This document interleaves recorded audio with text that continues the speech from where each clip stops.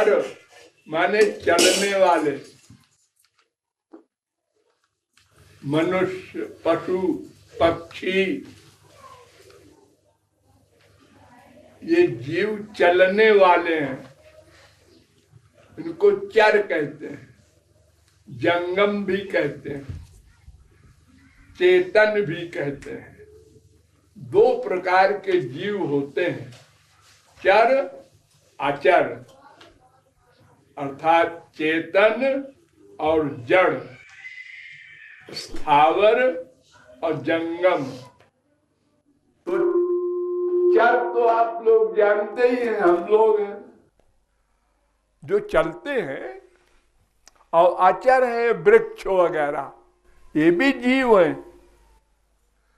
हम लोग अनंत बार वृक्ष बन चुके हैं,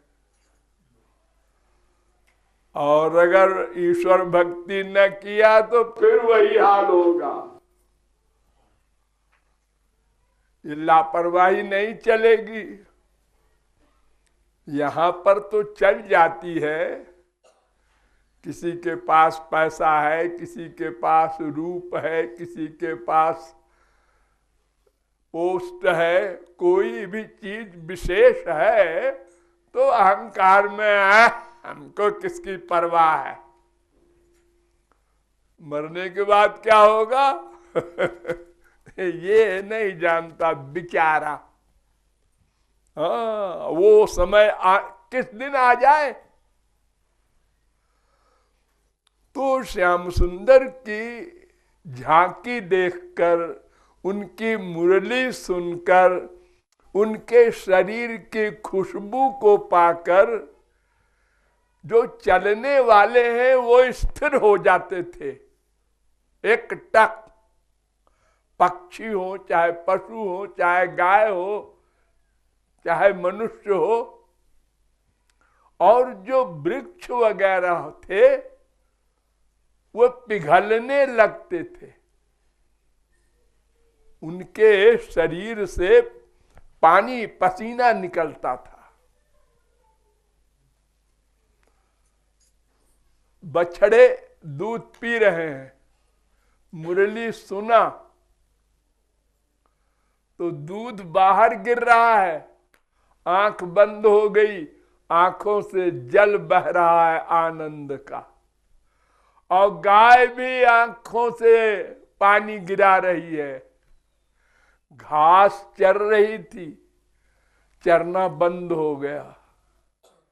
उसी प्रकार एक पोज में खड़ी हो गई, सुनते हुए कान खड़े करके।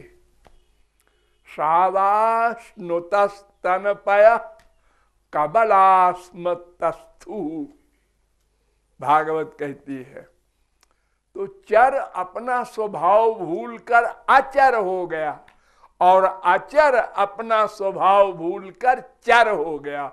यानी सृष्टि का सब काम धाम उल्टा हो गया।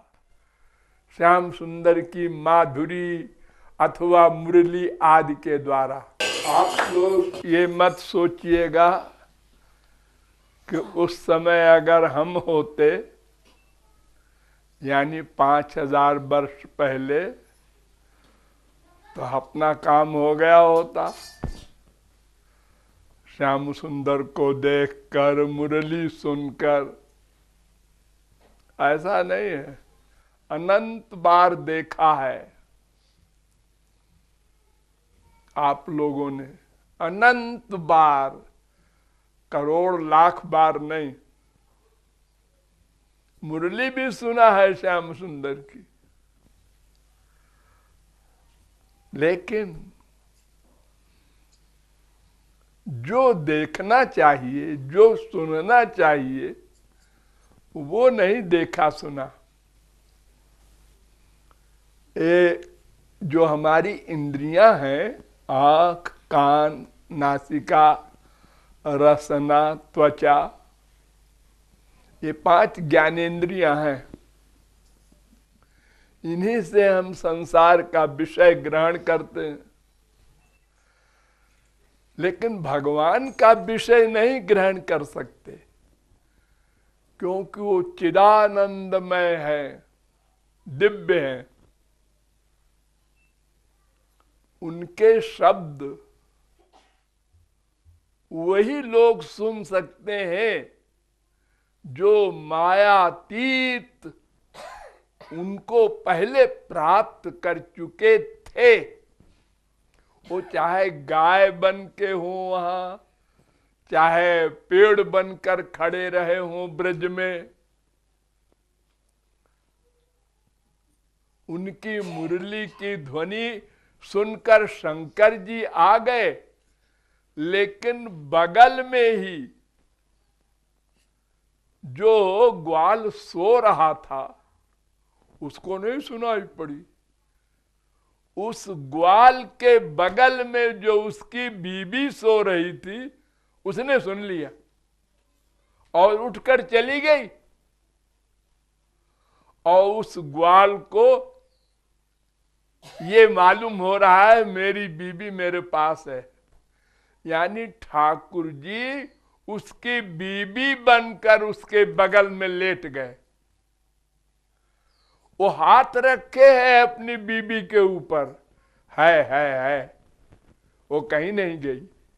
मन्यमाना स्वपार्श्वस्थान स्वान स्वान दारान ब्रजऊ कसा। सबने यही अनुभव किया कि हमारी श्रीमती हमारे पास लेटी है, और वो चली गई महाराष्ट्र में। तो श्याम सुंदर की कोई वस्तु वही प्राप्त करेगा जो अधिकारी होगा। हर एक को नहीं मिलेगी, इंद्र को भी नहीं मिली। अरे लक्ष्मी जो उनकी अर्धांगिनी है उनको भी नहीं मिला रास, उनको भी नहीं सुनाई पड़ी मुरली। इसलिए ये मत सोचिए बिना कमाए काम चल जाएगा। कमाना पड़ेगा, साधना करनी पड़ेगी, अंतःकरण को शुद्ध करना पड़ेगा, फिर गुरु उसको दिव्य बनाएगा, तब इंद्रियां दिव्य होकर भगवान का विषय ग्रहण कर सकती हैं। वो तो अंदर बैठे हैं, उनके पाने के लिए कुछ नहीं करना है, खाली बर्तन बनाना है। वो आंख, वो कान, वो नासिका अलौकिक प्राप्त करने के लिए भक्ति करनी होगी। उनके अवतार लेने से कोई परिवर्तन नहीं होगा। वो अंदर बैठे हैं उससे भी कोई लाभ नहीं, सर्वव्यापक है उससे भी कोई लाभ नहीं। बर्तन बनाना होगा, वो हमको ही करना पड़ेगा। कोई संत, कोई भगवान का अवतार नहीं कर देगा। वो सब हेल्प करेंगे, उनके बिना तो कोई गति नहीं है। अरे का ज्ञान नहीं हो सकता बिना गुरु के। भगवान की बात तो बहुत दूर की है, लेकिन साधना करनी होगी। इसलिए ये मत सोचिएगा कि अगर उस समय हम होते तो मुरली सुन के दीवाने हो जाते, ऐसा नहीं। सुप्रीम पावर भगवान जिनको कहा जाता है परात्पर ब्रह्म, उनकी परिभाषा एक है बस।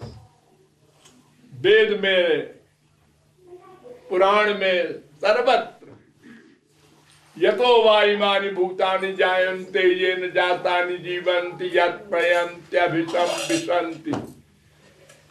जिसने संसार को बनाया और जो संसार का मालिक है और जिसमें संसार का लय हो जाएगा, उस पावर का नाम भगवान। और कोई नहीं है भगवान। भगवत प्राप्ति कर लेने वाला महापुरुष भगवान नहीं बन सकता। सृष्टि करने का काम उसको नहीं दिया गया है।